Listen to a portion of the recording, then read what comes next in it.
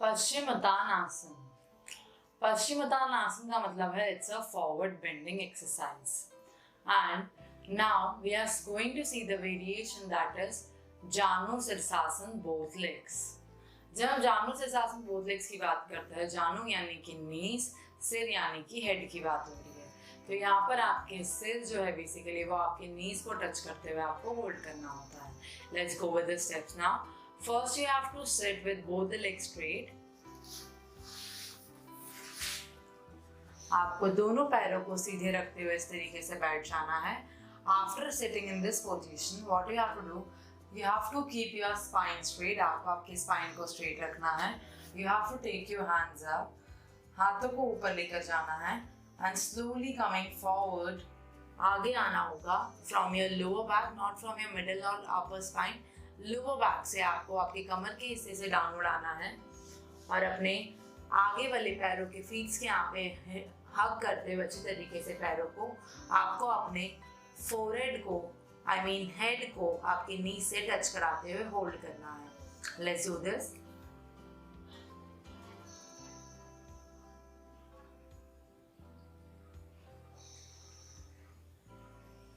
Coming back and release.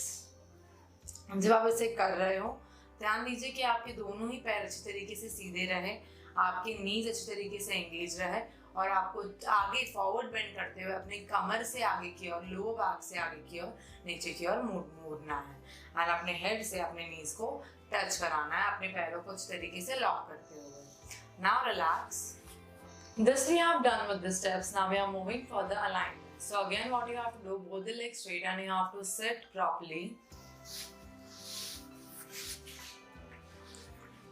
दोनों पैरों को सीधे रखते हुए आपको प्रॉपर्ली बैठ जाना है। जैसे ही आपके दोनों पैर सीधे हो जाते हैं उसे अच्छी तरीके से स्ट्रेच कर लीजिए। एंकल स्ट्रेच, नीज अच्छी तरीके से एंगेज कर लीजिए।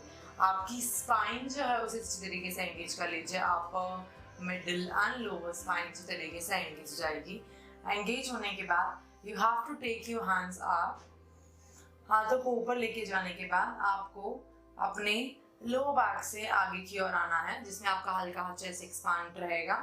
देन आगे और आते हुए अपने बेली को कंप्रेस्ड करना है अच्छी तरीके से एंड अपने हेड से नीज को टच कराना है। Slowly coming back, hold it and touch your head to the नीज।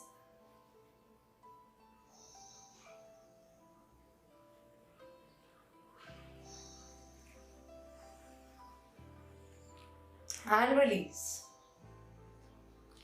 जब आप ऐसे करोगे अपने हेड से नीज को टच कराओगे, ध्यान रखिए you do not want to bend from your middle और upper, you have to bend from your lower spine over there. Lower back से आपको नीचे की ओर झुकना है अच्छी तरीके से। जब आप झुकते हो तो आपकी बेली अच्छी तरीके से कंप्रेस्ड हो। जितनी आपकी बेली अच्छी तरीके से कंप्रेस्ड होगी उतना ही आप आगे की ओर झुक पाओगे।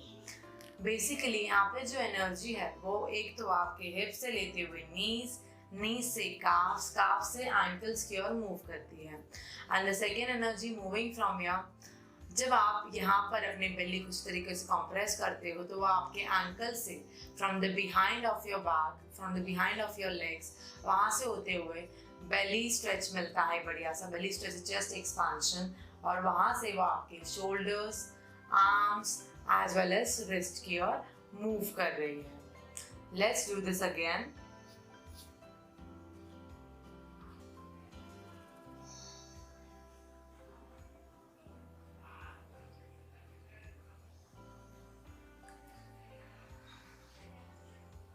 And relax. So this we have done with the alignments. Now we are moving for the corrections. So what you have to do is both the legs straight and you have to sit. दोनों पैरों को सीधे रखते हुए आपको बैठ जाना है। जैसे ही आपके दोनों पैर यहाँ पे सीधे हो जाते हैं, you have to sit properly.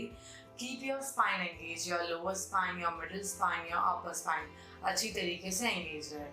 After engaging those things, what you have to do is you have to take your hands up and slowly bending towards your toes, जहाँ पे आपका सिर आपके नी से टच हो रहा हो। बट कई बार ऐसे हो जाता है कि यहाँ पर आप अपने सिर को नी से टच नहीं कर पाते हो। So in that case what you can do is, आप थोड़ी रिपीटेशन प्रैक्टिसेस यहाँ पे दे सकते हो। जैसे आप रिपीटेशन प्रैक्टिसेस दोगे, आपकी बैक जो अच्छी तरह से फ्लेक्सिबल होगी यहाँ पर, और आपका जो सिर है वो ऑटोमेटिकली आपके नीज पे आता जाएगा। Let's do this. Take your hands up and slowly repetition.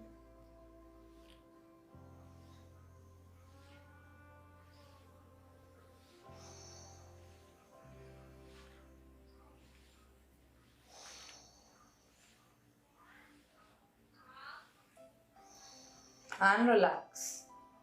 आप ऐसे रिपीटेशन प्रैक्टिसेस यहाँ पे दे सकते हो। Next is what, while doing this आपको ये ध्यान रखना है इन केस ऑफ करेक्शंस कि आपको फॉरवर्ड बेंड आपकी कमर वाले आपके लोअर स्पाइन से करना है, नॉट फ्रॉम योर मिडिल और upper spine. Let's do this.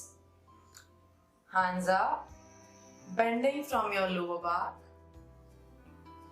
Chest expansion. अब अपनी बेली को कंप्रेस करना है और अपने हाथों से पैरों को लॉक करते हुए अपने सिर को नीज के पास लेकर आना है।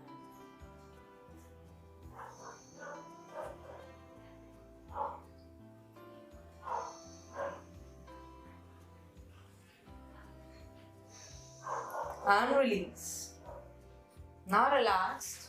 This we have done with the corrections. Now we are moving for the breathing. So again what you have to do, you have to hold the legs straight and sit in properly.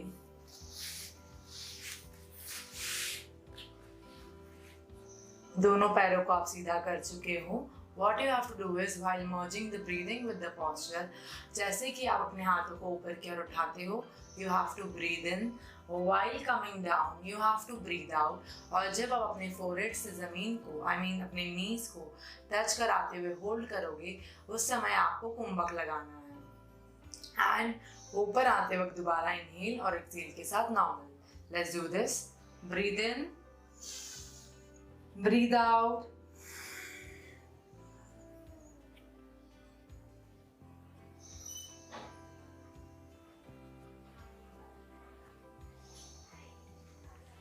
Inhale, come up. Exhale down. इस तरीके से करना है। आपको यहाँ पे ध्यान देना है क्योंकि हमारी बेली इस तरीके से कंप्रेस्ड होती है, तो आपको नीचे जाते समय एक्सेल ही करना है और कुंभक के साथ you have to hold the posture. Now relax. So this we have done with the breathing. Now we are moving for the benefits. So first we'll talk about extreme back body stretch. Obviously जब आप ये करते हो तो आप पाओगे कि आपकी जो बैकवर्ड बॉडी है वो अच्छी तरीके से स्ट्रेच करती है। That means from your ankles towards your arms, ankle से लेते हुए हिप्स, हिप्स से लेते हुए आपकी पूरी स्पाइन, स्पाइन से लेते हुए शोल्डर, शोल्डर से एल्बोज, एल्बोज से आर्म्स, अच्छी तरीके से यहाँ पे स्ट्रेच होता है। तो इसलिए बैक बॉडी स्ट्रेच काफ़ी बढ़िया बनता है। Next is belly compression, bring core stable. यहाँ पे आपके एब्डोमिनल पे एक बढ़िया सा कंप्रेशन मिलता है जब आप फॉरवर्ड बेंड करते हो, तो बेली कंप्रेशन काफ़ी बढ़िया है यहाँ पे, जो आपके कोर को स्टेबल करने में हेल्प करता है। And next is diabetes. Basically when we are talking about diabetes, it means आपकी जो इंसुलिन है वो पेनक्रियाज से रिलीज नहीं होती है। तो pancreas is basically on the left side of your abdominal area. जब आप फॉरवर्ड बेंडिंग करते हो यहाँ पे तो बेली कंप्रेशन होता है अच्छी तरीके से, जिससे आपका पेनक्रियाज यहाँ पे कंप्रेस्ड होने से इंसुलिन रिलीज होना स्टार्ट होता है, which is good in case of diabetes. Next we will talk about spondylitis. Obviously it is good in case of spondylitis. That means यहाँ पे क्या हो रहा है, आपकी जो स्पाइन है from your upper spine to your lower spine, यहाँ पे बेसिकली क्या हो जाता है, आपके जो बोन्स है वहाँ पे छोटे छोटे बोन्स वो वहाँ पे ज्वाइंट हो जाता है। तो जब आप यहाँ पे फॉरवर्ड बेंड करते हो तो वो स्ट्रेच होता है, खींचता है, एक्सपांशन मिलता है, which is help to cure in case of spondylitis. Spine health. Obviously जब आप यहाँ पे फॉरवर्ड बेंडिंग करते हो आपकी पूरी स्पाइन एंगेज होती है, एक बढ़िया सा एक्सपांशन मिलता है, एक बढ़िया सा स्ट्रेच मिलता है, तो यहाँ पे आपकी स्पाइन की हेल्थ काफ़ी बढ़िया हो रहती है। Next is in case of hip back muscles as well as spine.